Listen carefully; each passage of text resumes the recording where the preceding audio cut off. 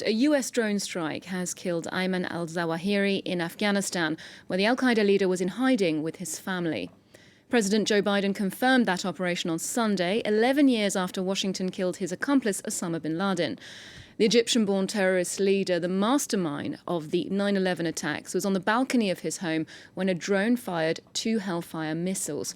Well, for more on that story, we can now cross live to correspondent Shahzaib Wahlah in Islamabad. Shahzaib, thanks for speaking to us today. I believe you witnessed that drone strike in Kabul this weekend. Tell us what you saw. Well, I was in Kabul on Sunday morning when this strike took place, and it was just a block away from where we were located. Around 6:15 a.m. in the morning, we heard the strong sound of a blast, and we could see the smoke rising in the sky above a block of houses, which was only a few meters away from the diplomatic zone. This is a residential area where several Taliban leaders live, and even previously it has been inhabited by members of the government, and it still remains a heavily guarded area with several Taliban police checkposts. There is literally a checkpost on the entrance of the street where this house was located. So it won't be wrong to say that Ayman al-Zawahiri was actually living in the heart of Kabul.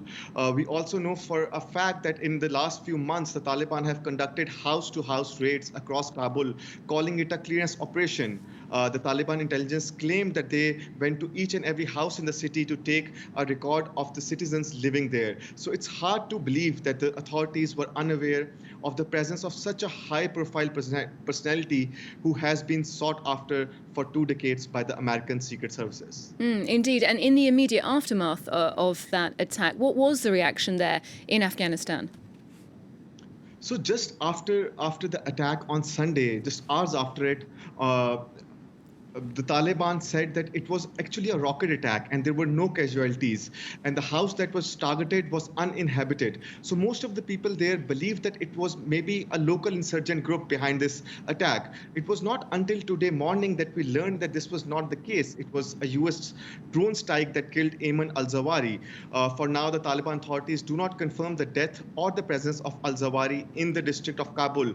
What they do confirm is that the US drone strike took place in Kabul on Sunday morning.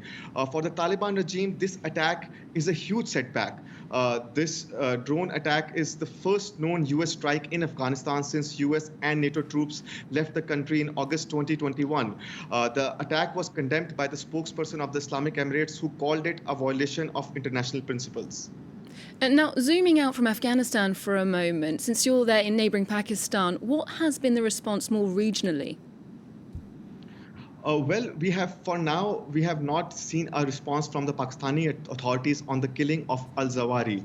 If you talk historically, Al-Qaeda has been present in Afghanistan and the Pakistan region. It was actually founded in the same region in the 1970s when al-Zawahiri met Osama bin Laden in a madrasa in Peshawar. And when the US and its allies invaded Afghanistan in 2001, after the 9/11 attacks, it was said that both Osama and al-Zawahiri escaped to the tribal belt of Pakistan. If we turn our clocks back to May 2011, it was in a similar manner that the Americans took out Osama bin Laden in Abbottabad, Pakistan, where he was also living in a crowded residential area.